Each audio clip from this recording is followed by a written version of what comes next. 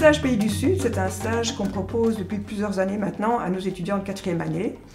Et on est chaque fois parti en Afrique de l'Ouest, et plus principalement au Bénin, avec le principal objectif de la découverte. On ne va pas en stage humanitaire pour aider spécialement, mais on va surtout découvrir.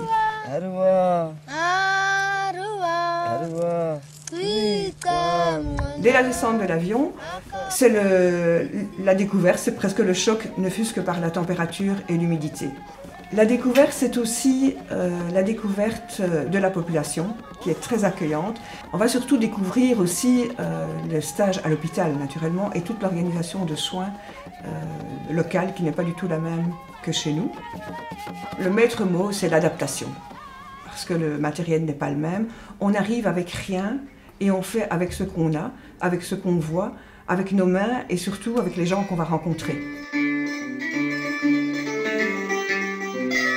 D'ailleurs ce stage en Pays du Sud grâce à un week-end préparatoire, un week-end entier où on va travailler la cohésion de groupe, où on va travailler sur les peurs, sur les appréhensions et comment chacun réagit face à la difficulté. Et ça, c'est des choses très importantes. Il y a un deuxième volet qui est le volet d'éducation à la santé qu'on a aussi travaillé d'année en année. On en faisait à l'hôpital, maintenant on le fait dans les villages, en collaboration avec les mutualités locales qui commencent à se développer. Lors du dernier voyage au Bénin, on a travaillé avec la population sur le dossier de soins. Et donc les étudiants ont préparé une présentation de notre dossier, à quoi il sert, comment on l'utilise.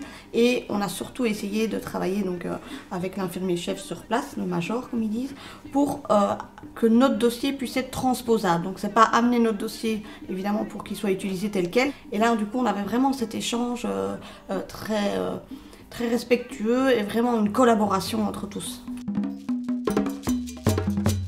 On travaille dans le stage aussi sur cette cohésion de groupe et sur les appréhensions, notamment en faisant des lieux de parole. Et ça permet vraiment d'apaiser et de prendre du recul. Et donc c'est vrai que ces lieux de parole sont des moments importants d'échange, mais avoir des ressources différentes pour pouvoir aider cette population et vraiment être en symbiose avec elle et pas en décalage par rapport à nos valeurs et à leurs valeurs. Alors un beau souvenir, une image qui reste et une image qui évolue. En plus, nous avons vu une petite prématurée. Elle avait un fémur à peu près comme mon petit doigt, mais avec une maman très présente. Et donc on a pu instaurer le pot à pot, qui est quelque chose qui ne demande rien comme instrument, comme matériel. On a vu cette petite sourire aux anges, mais quand même sourire quand elle était sur le sein de sa mère. Et on l'a vu évoluer. Et donc maintenant, ça fait 8 ans qu'on voit cette petite, elle est en super forme. Et c'est un plaisir de retourner la voir et de communiquer encore par WhatsApp avec sa maman tous les ans. Ce qui ressort des étudiants souvent, c'est le respect, qu'on soit chef de service, qu'on soit soignant ou qu'on soit stagiaire, on est pris en compte. Et ça leur fait beaucoup de bien. Ouais, et ce qui leur fait aussi beaucoup de bien, c'est tous les sourires qu'on peut avoir en retour.